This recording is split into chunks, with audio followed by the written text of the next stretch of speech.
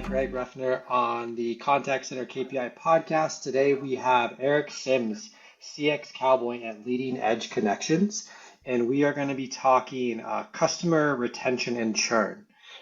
So pretty big topic. Eric, please take a moment to say hi, introduce yourself.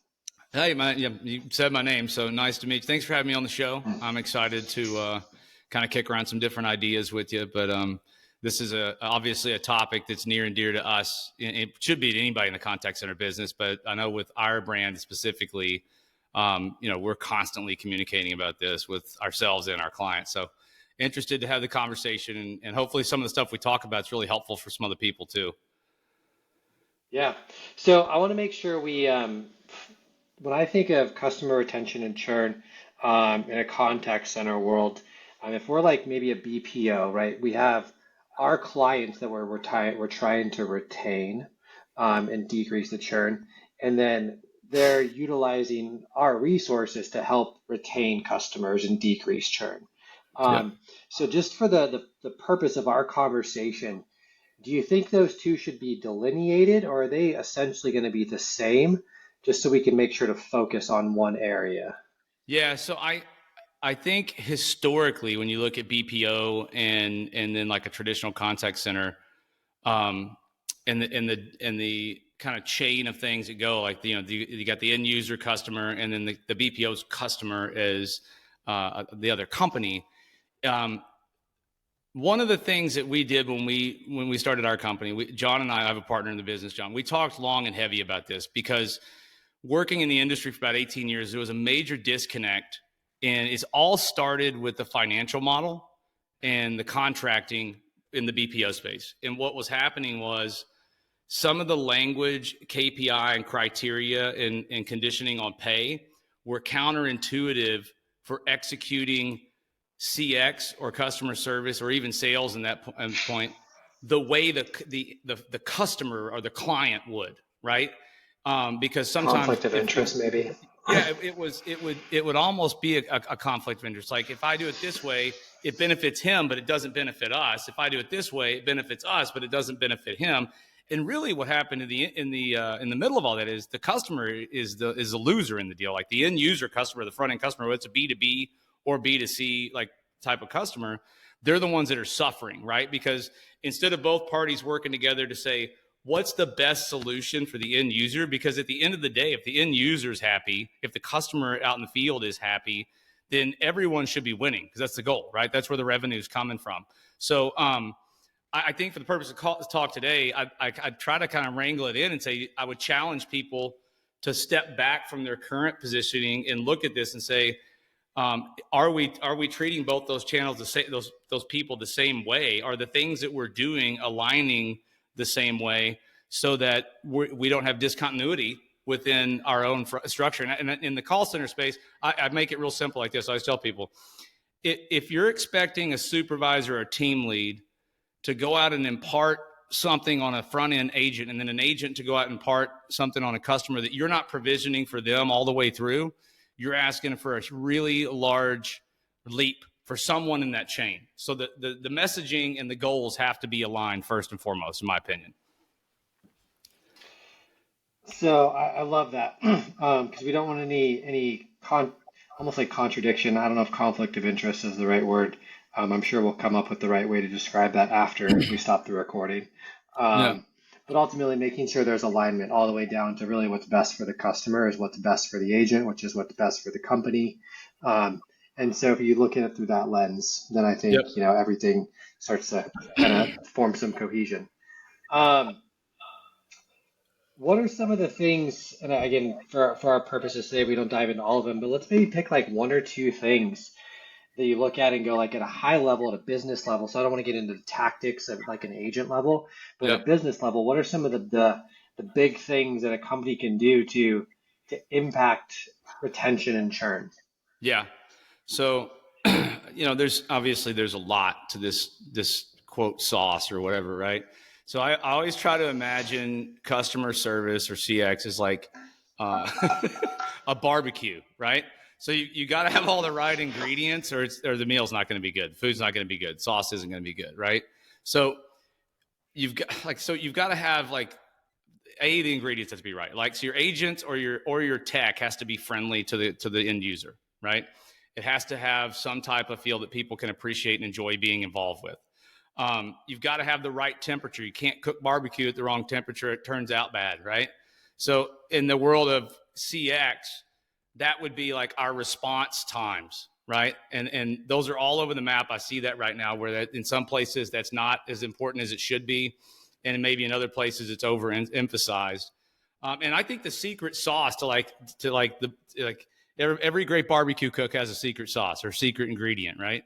So I think if you're looking at this under the lens of barbecue, it's got to be personalization is your secret ingredient that goes into your quote barbecue, right? So I mean, you can use tech tools and AI. I think there's more and more of that's going to take place, and I think I look at that as like some crazy sick magic pit master that's able to like predict what people are going to order before they even get there. But at the same time, you still have to cook good barbecue.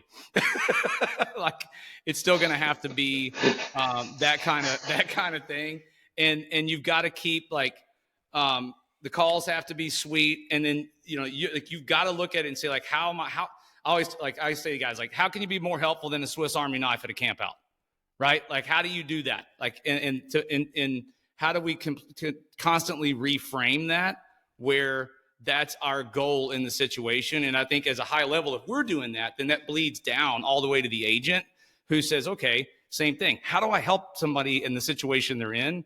And that sets the stage for really great CX and customer retention. So I kind of heard two things there. One, I'm going to steal the Swiss Army knife at a cookout because I think that's awesome. Because I actually can't think of anything better than a Swiss Army knife. The other thing that really caught my attention was it sounded like you were like, hey, you got the AI, you got technology, you got all this fun stuff, but like you still have to have a good conversation.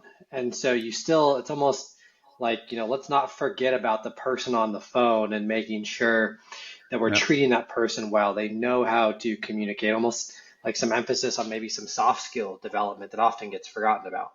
Yeah, I mean, I think, even when you're looking at the new AI stuff that everybody's putting out, that's got to be a focus even when you automate and when you put the AI in. How is the customer experience? How do they feel about it? And that's different.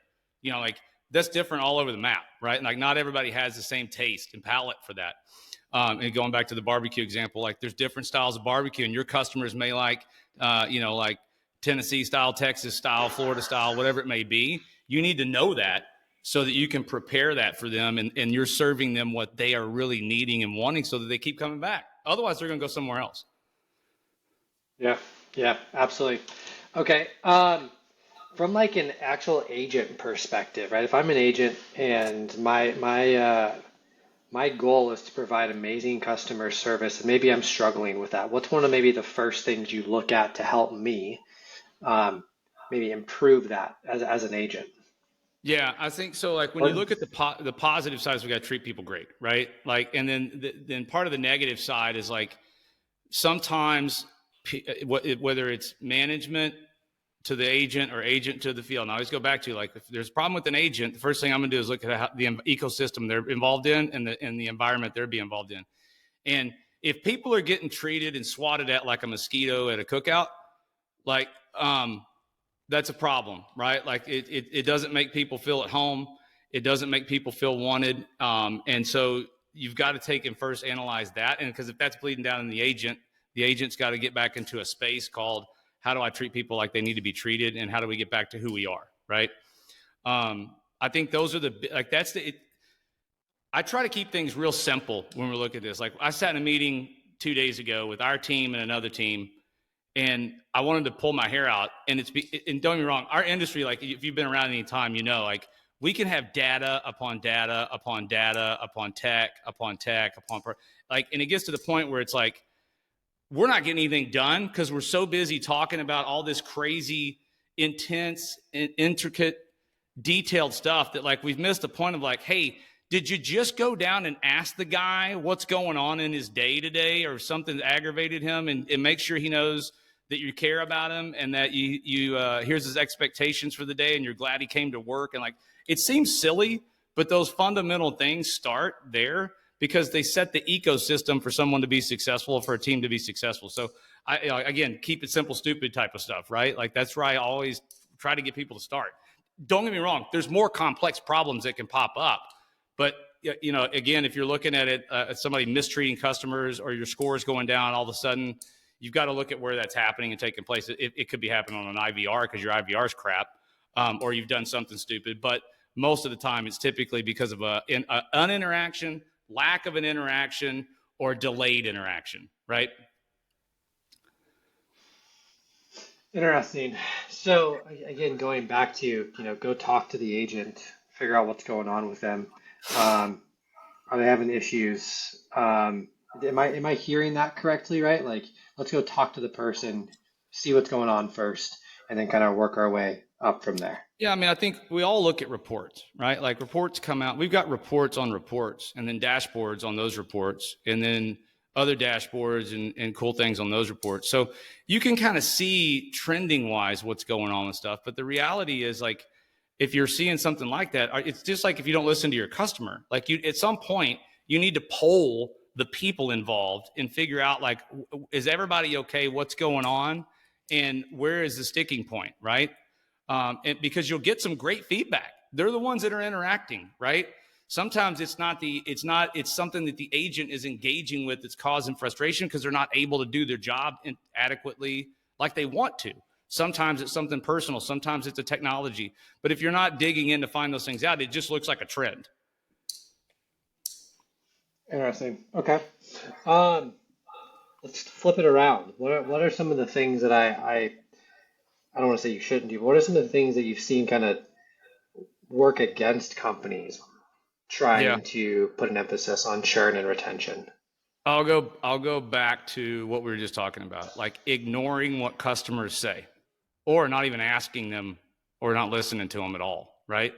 So when you're talking about a customer, and in our world, customer demand is going up more and more and more every day, right? Like we used to live in a world of minutes, then we moved into a world of seconds, and now we're in a world of now. Like there's no time, right, in this world. Like people's expectations are now. And so if you're ignoring what your customers are saying, I think that's the biggest downfall for a lot of companies is they get in their ivory towers or they get in their sphere of expertise and everybody hypothesizes and things like that, but they don't really dig in and ask people what they want. And again, as an example, if people want fast response times and they want now, and your response times are like slower than a herd of turtles walking through a trail of peanut butter, you're not going to have happy customers. They're going to go somewhere else. Yeah. That's so. Do you ever think that there's an element of, like Henry Ford said, if I would ask people what they wanted, they would have said a faster horse. And sometimes is there an aversion to asking customers what they want because maybe they don't know what they want? So I think there's an art form to listening to your customers and finding out, right? There's definitely a juggling act because you can't be everything to everybody. And in Henry Ford's case, he was looking at something that like it really didn't exist, right? Like so he's creating something that's not there. I think in the world of customer retention and CX, we've got to look at that and divide those two things, right? We can't say customer retention is all about stuff that hasn't happened yet. I think that's the world of AI and some of the new techniques and new things. We have to get in that exploratory stuff and say, this didn't exist before. We have a dream and a vision of how this will work, and we're going to try it. That's one thing. But then you've also got to listen to people at where they are today and what's existingly going on and what they really want, because the difference between point A and point B may eliminate your opportunity to get to that place that Henry Ford's talking about of ingenuity and creativity, because your customers are all gone somewhere else. Because again, if we live in a space of now, I have to keep them happy right now. He wasn't dealing with that at the moment for the most part, like not like we're talking about. To me, I always divide that up because it's a great point. Yeah, maybe a bad example there, but I mean, again, I think you said the word art, because there is an art to trying to maybe do some discovery when maybe a customer doesn't know what they want. You need to help them figure out how to articulate it through intelligent questions and Yep. maybe like some guiding through a proposed solution, right? So I think that's fair. Wrapping up here, Eric, you've been doing this a while. What's if I'm looking at providing customer service, or I've been tasked with decreasing churn, increasing customer retention, what's the one piece of advice you would give me? Man, like one piece would be sharpening up customer retention. So I'm trying to think like if I didn't do it into one. So one piece of advice would be this. And it's really high. It's really high level, but it's because I think it bleeds down into everything. We have a saying that says, "He's all hat and no cattle," or he's I all think that's a sizzle. Texas thing. I don't Yeah, know. he's all sizzle What or does no that mean? steak. What it means is you're a poser. You don't do what you say you're Okay. going to do, and you're not really who you say you are, and you're pretending to be something you're not, right? And so I think that would be my first piece of advice to people is, and the other piece within that is do what you say you're going to do. I think that's the biggest challenge with people is I think customers get frustrated with the runaround and the circling and the inability to just own up to the fact that there's been a mistake made. And I think if people could just own up, either A, don't overpromise, under-deliver, right? And B, when you make a mistake, own up to it and do the right thing. Like those two things go a long way and bleed into your customer retention quite a ways. All hat and no cattle, all sizzle and no steak. The metaphors or euphemisms or whatever they're called are on I mean, point today. yeah, I mean, like I was laughing today. I use a lot of them, and I think my grandma used a lot. She was an old lady, old country girl from Arkansas. So growing up, I always had to figure these out. She'd be like, "Well, you're about as useful as a pocket on a shirt," and I'd be like, "Well, I don't even know what that means. Is that good or bad?" Good or bad? So growing up, I grew up here, so growing up here, you pick stuff up, but a lot of it has meaning to us, but it just, to me, it always reminds me like, don't try to be something you're not, be who you are. Yeah. And that authenticity bleeds through, and then, stand by what you said you're going to do for your customers. And people appreciate that. There's sometimes we make a mistake, and if we own it, they're okay with it. They might not be happy about it, but they're not the same as like, there's nothing worse than being lied to and know you're being lied to. Right? Like it's awful, right? Like just fix the problem and move on down the road. So that would be kind of my tip with that, is in looking at that. I think that bleeds well into life in general. Not even specific to, if I'm trying to reduce churn, increase retention. That's just a solid life advice.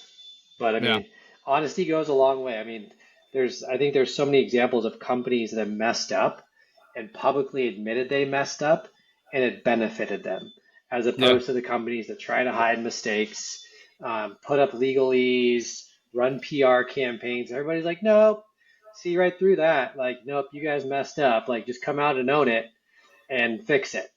Yeah. So I think that's great advice. Well, Eric, I appreciate the time today. This has been awesome.